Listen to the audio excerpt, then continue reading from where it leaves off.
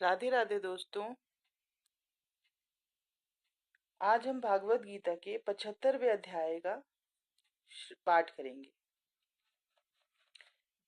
इसमें महाभारत के जो कारण था, जिस कारणवश महाभारत का युद्ध हुआ और कौरवों का अंत हुआ, उसका कारण जानेंगे।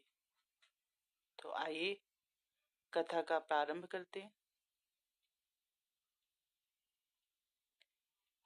और हमें कुछ इसके लिए जानने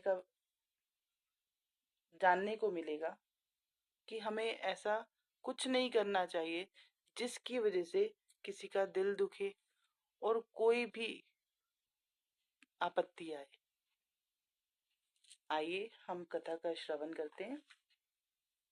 श्री सुखदेव जी बोले, हे परीक्षित, उस यज्ञ में तुम्हारे दादा धर्मराज युधिष्ठिर ने संपूर्ण कार्य यथाविधि बांट दिए थे। भीमसेन को भोजनालय का प्रबंध दिया, दुर्योधन को कोषाध्यक्ष बनाया ताकि ईर्ष्यावश खूब धन खर्च करे और ब्राह्मण अनाथ दीनों को बहुत सा धन मिले। सहदेव को अभ्यागतों के स्वागत सत्कार का प्रबंध दिया गया। अर्जुन को गुरुजनों की सेवा शुश्रूषा का कार्य दिया गया। भगवान श्री कृष्णचंद्र ने आए हुए अतिथियों के पांव पखारने का कार्य लिया। द्रौपदी ने भोजन परोसने का कार्य लिया। दानवीर कर्ण को दान देने का कार्य दिया।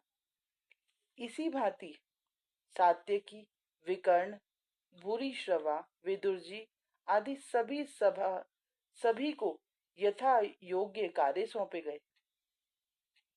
हे परीक्षित, जब यज्ञ समाप्त होने पर गंगा जी में यज्ञांत अभृत स्नान युधिष्ठिर कर रहे थे, तब आकाश से पुष्पों की वर्षा होने लगी। सभी राजा लोगों ने सम्राट युधिष्ठिर के स्नान करने के पश्चात गंगा जी में स्नान किया। तत्पश्चात अनेक प्रकार के वस्त्राभूषणों से सज धज कर धर्मराज युधिष्ठिर को एक विशाल हाथी पर चढ़ाए, उन पर उत्तम छत्र लगाए, उनको चारों ओर से घेर कर चलने लगे। उस समय की शोभा अवर्णनीय थी। चक्रवर्ती सम्राट युधिष्ठिर महारानी द्रौपदी आदि रानियों के साथ सुंदर रथ पर सवार होकर अपने प्यारे श्री कृष्णचंद्र तथा पांडवों और राजा लोगों से घिरकर इंद्रप्रस्थ में पधारे। एक दिन जब धर्मराज युधिष्ठिर मय दानव की बनाई हुई सभा में भगवान श्री कृष्ण के साथ बैठे हुए थे और उनके आज्ञाकारी चारों भाई उनकी सेवा में खड़े हुए थे, तभी दुर्योधन उस सभा की शोभा देखने के लिए अकेला ही इधर उधर घूमने लगा। उसने डाह और जलन के कारण किसी सेवक को अपने साथ उस सभा का निरीक्षण कराने के लिए नहीं लिया। धर्मराज युधिष्ठिर के राजसूय यज्ञ की कीर्ति और सम्राट पद प्राप्ति से उस दुर्योधन को बड़ी जलन उत्पन्न हुई। तब वह सभा के उत्तम निर्माण तथा चित्रकारी आदि को देख रहा था।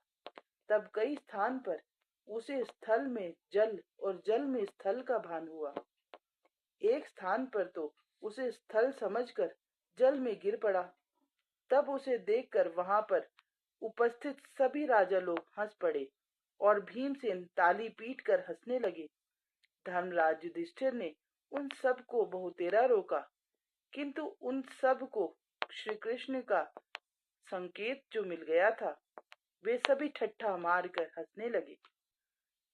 जब दुर्योधन द्रौपदी के महलों को देखने गया, तब उसने दरवाजा समझकर दीवार से टक्कर ली।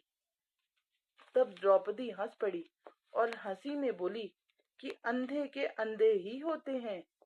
यह सुनकर दुर्योधन चोट खाए हुए सांप की भांति चुपचाप वहां से चला गया और हस्तिनापुर को चला गया।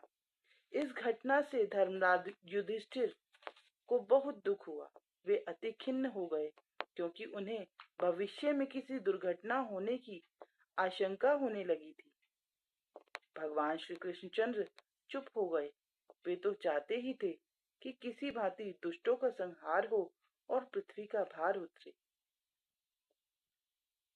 तो आज आपने जाना कि क्या कारण थे जिस कारण से महाभारत का युद्ध हुआ। इसमें सभी की गलती भी थी और गलती नहीं भी थी। कुछ कार्य ऐसे होते हैं